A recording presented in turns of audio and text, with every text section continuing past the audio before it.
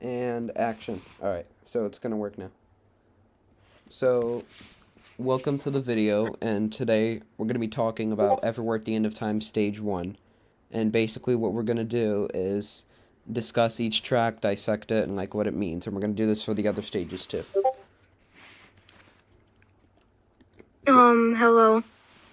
So this is Saturn. He's another caretaker friend, and he's gonna join me to talk about the album. So, for those who don't know, this is a 6.5 hour project about dementia created by Leland Kirby, aka the Caretaker, and it's a very powerful album. And you might have heard of it before, you might not, but I'd recommend you listen to it yourself. But let's start. This is the first track, A1. It's just a burning memory.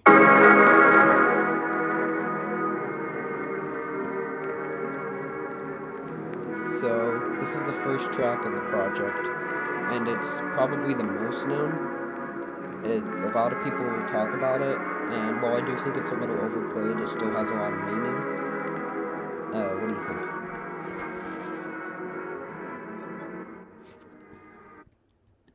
What did you say?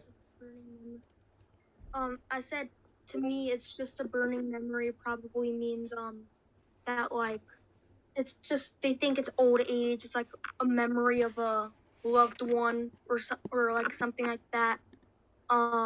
Because it was used in Heartaches in 1931, I believe, by Al Bowley. Yeah. And it's also a lyric, so it's probably something they the character who's suffering from dementia is holding on to, and it's slowly going to fade away. I agree, and I think this track makes me think of like a loved one or like a very precious or time or thing that was important to them, but now it's just a burning memory because they even though they can still remember it at this point, they can't experience it anymore, and that's why the song has a sense of gloom attached. Also because this is the start of the project, and you can tell what it's going to be about from this. So next we have A2, We Don't Have Many Days. This is a very pretty track with the piano medley. It loops over and over, and I think the name makes it one of the saddest tracks because before they realize they have dementia, they believe it's just old age that's making them forget. And the term "we don't have many days" makes me think that, well, because of their old age, they just don't have that long to live, but they're gonna have a much worse fate. And I think that makes the track very melancholy, but at the same time pretty. What do you think? Well, to think of it, it's kind of exactly like you said, but with a little difference. It's like the thinking of the beginning of the end, like kind of similar to losing battles raging, but you don't deny that you have a diagnosis because you don't know yet. We don't have many days as is kind of like a reminder that it's not over yet, but you don't know what's soon to come. I think that's a good way to put it too. Alright, so next we have A3, Late Afternoon Drifting. This is another very pretty track, and you can just like sense the feeling, like watching the clouds roll by, staring at the sky. It's a very nice, peaceful feeling, and you wouldn't really associate it with memory, just something nice. And it's another pretty good loop, I think. What do you think? Well, to stack it all up, the reverb probably best because you can kind of hear the little ear rape kind of, or this very silent ear rape kind of thing while the music goes on. Very reverbed, but very peaceful at the same time, which makes it a very good track. I hate that nobody really thinks about these days. It's kind of underrated, but overall, it's actually a very good track. Yeah, I gotta agree. Definitely one of the most peaceful ones. So next we have A4, Childishly Fresh Eyes.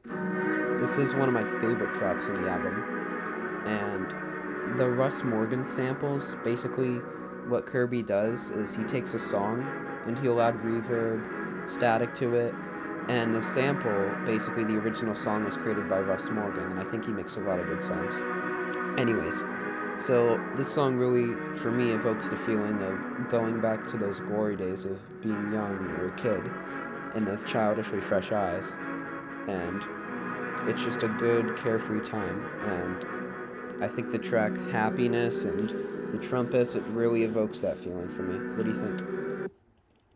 Well, I think that it's definitely a very good track. It's probably like one of the most not associated, like you don't hear that much of the the not the plaque build up, but the you know Static? how sometimes you play a record and then there's this little things that pop up like little crackles. Yeah, the record pops. Yeah, there's not that much in it, which probably means it's like it could be like a bliss, not a bliss clarity or anything.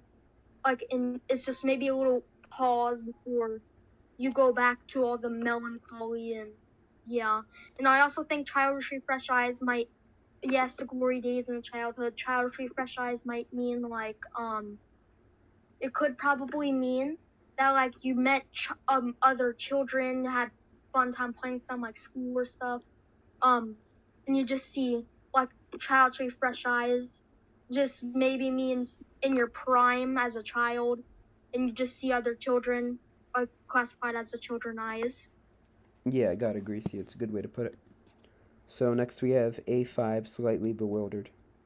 This is the first track that, based off the title and overall just a very ominous, almost a dreadful feeling you get, it's definitely the first song where you can tell something is off. And maybe in context it would be, forgetting your keys or something small like that, but it's still the first sign that something is truly off. And the way the track loops so quickly, it really gives you that strange feeling. What do you think?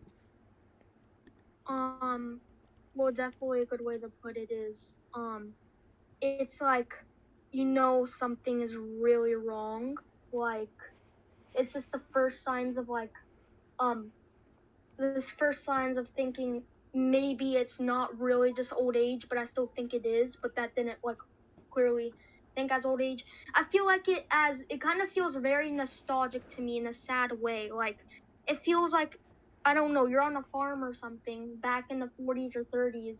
Then the music, I feel like it just kind of associates with it. It feels very nostalgic somehow.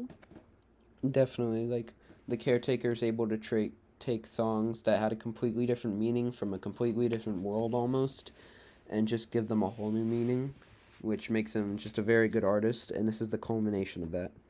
So next we have A6, Things That Are Beautiful and Transient. This is one of the longer songs, and the loop goes on for a bit longer. It only plays about 3 times. And it sounds very nice, but the word transient means fleeting. So you can definitely feel that even though there's a sense of beauty, like almost make like a waltz, that it definitely sounds like something's leaving. And another good way to put it is because near the end of the track, there's this weird blip sound, and it definitely sounds off. What do you think?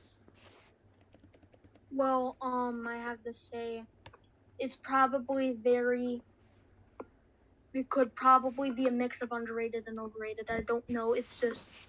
Probably my least favorites, but it's still very peaceful. It's just that little thing at the end. I don't know how to describe it. It's just really kind of turning like something's kind of wrong. Yeah, and I think it's a good way to follow up A5.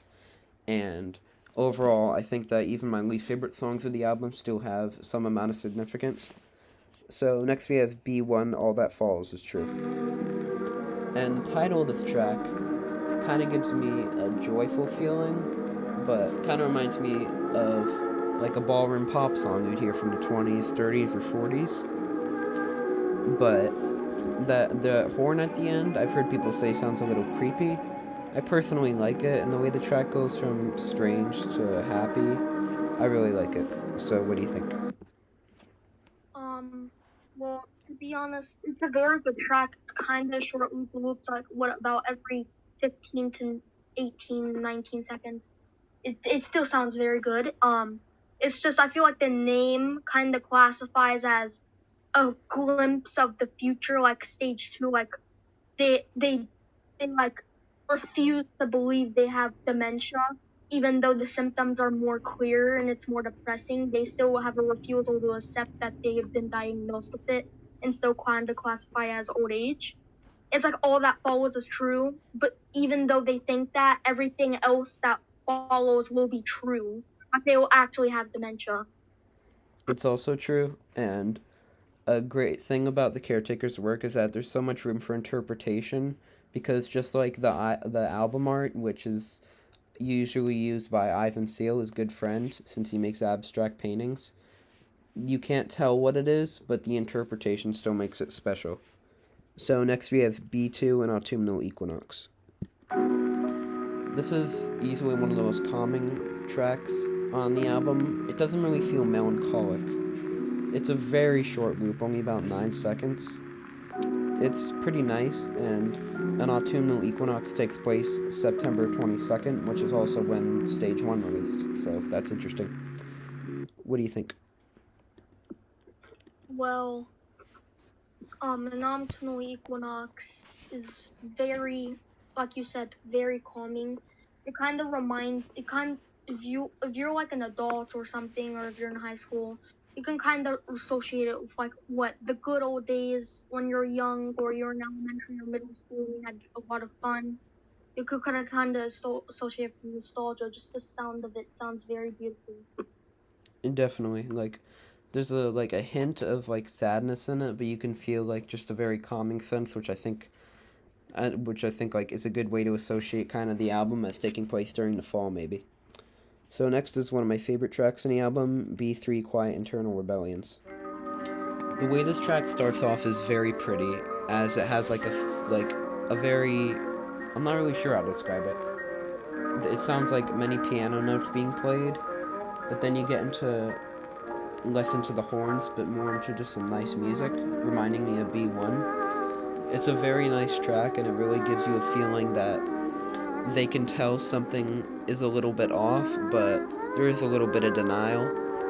And this version of the track is replaced with a Stage 3 track and the YouTube release of it. But this is the actual version of the song. It was just copyright. So, what do you think of the track? Oh well, it's probably one of my favorite tracks. It's like very, very classic. It's just very beautiful, you could say. And the name, I'm not sure. It could just be the rebellions of your life, but maybe it's just, I don't know how to describe it. It's probably going to be really weird how to say it, but like the rebellions of your life, just like rebellions of your life has been around for you since like kind of a long time, so kind of like internal, and they've been quiet because I don't think they've talked to you ever since, but you just remember those memories of your rebellions. That's a good way to put it. Personally, I think the track is about how you're having like these quiet internal senses, kind of like A5, where something is wrong, but you kind of want to rebel these senses, and you still want to feel happy, and there's a little bit of denial. So next we have B4, The Loves of My Entire Life. This is another very nice, soothing track, and the title definitely subverts how I felt about it first time I heard. I expected something grand based off the name The Loves of My Entire Life, but it's very calming, definitely a nice state of recollection, and it reminds me of just like the serenity of old age where you're kind of at peace with things. What do you think? Well, what I have to say is like you basically you can just put it like the loves of your entire life could be you love that you maybe had multiple girlfriends or wives or grandchildren or children, you could say, and those are the loves of your entire life, and you never want to forget them, but eventually I think you would, until maybe terminal lucidity. But overall, it's a very good track, very underrated, and it's probably again one of my favorite tracks in it, to be honest. It's just very calming, relaxing, and somewhat nostalgic. Yeah, I feel the same way. And next we have B5, Into Each Other's Eyes, another one of my favorites. And this track is very special to me because the title does give you like that feeling like B4 did, where there's like a loveful, blissful feeling, reminding me maybe of like a dance when you were young. And the track doesn't really feel dreadful. I think it just feels like a good, maybe a little bit of a sad or melancholy recollection, but still a good one because you're thinking about like those old times, like Into Each Other's Eyes. It really does sound like a classic like waltz tune. What do you think? Into Each Other's Eyes is one of my favorite tracks in it. Um, Into Each Other's Eyes, probably like into like other people you met, like into each other's eyes, like you've saw some before and you just have a remembering of them, or maybe like what you said, like a dance or something. Maybe you danced with someone back then and you just remember it very jazzy, or very just like active. Yeah. So finally, we have B6, My Heart Will Stop in Joy. And as the concluding track of the album, it's very grand. And the title, it is a good representative of the track because even though it sounds happy and sounds grand, like you're thinking about like good times, you still feel like it reminds me of a sunset. Like it's very beautiful, yes, but you can tell it's leaving. And the way it says "My heart will stop in joy" is you're feeling very happy, but the way the track loops just sounds very off to me. Like you can tell that something is strange or happening, and I think that makes it an excellent and very sad way to transition to stage two. What do you think? Um, well, My Heart Stop and Joy, the name is good, but good to I. It's a very good track. Very happy. Probably my most favorite track in stage one. It's it's very good, but the names drop like it kind of suggests that it's one of the best concluding things in the album probably ever. Probably better than other stages. That's my opinion. But this means this is the last of stage one. This is the last of being normal. This is the last of not having depression or anything kind of like that. This is the last of happiness before the sun sets and some chaos starts to happen. It's just a reminder of you can stay happy for some time, but it's gonna be bad soon. It's a reminder of you're gonna it's gonna end soon. The beginning of the end. Definitely. And another thing I love about the album is how subtle it is with some of these names, because even just listening to the music, you can definitely tell that this is it. Then there's no more denial to yourself. Other people are going to start to notice this, and And there's that's no going back. yeah. So, thank you for joining me. Uh and thanks for And watching. I do have one more thing to say. Yes. Um, so just all of those who, again, this is about 6 hour, 30 minutes and 31 seconds, 32 seconds project about dementia. Yes, how experiences. Just to let you know, even though this is a very powerful album, it's like you just please don't make too much memes about it because you never want to get dementia. Anybody can get dementia very rarely at any age. Sometimes there's childhood. Most common if young is Huntington's, but usually it's Alzheimer's disease. You get it to your 50s and 60s and up. It's a very bad thing, and you probably do never want it. Your family member or anyone you know or anybody can get it, and I don't think you'd ever want to experience what they have because they're probably not. To my experience, I don't have it, but I'm just saying it's probably not good because I can tell they're probably fighting for their life to remember. Definitely. And as horrifying as the disease is, I can't help but feel a little fascinated by it because there's just so much to unpack with it. And even if the album, of course, isn't entirely accurate, as the actual stage one is when you don't have any of these conditions of dementia or any symptoms, but the album is able, and Leland Kirby as a whole, he's able to give you these memories and take you back to this time that was hard back then in the 20s and 30s and 40s, but filled with these amazing songs. And as soon as he does that, he just takes them all away, and that makes it even more meaningful. And overall, I just gained like so much more empathy with the disease after listening to the entire project not once but twice now. And anyone who's listened to the album can really tell you that it's nothing like you've ever heard before. And before we conclude, I just want to talk about the album art real quickly. This is Beaten Frowns Scrolling After, or Beaten Scrolls Frowning After by Ivan Seal.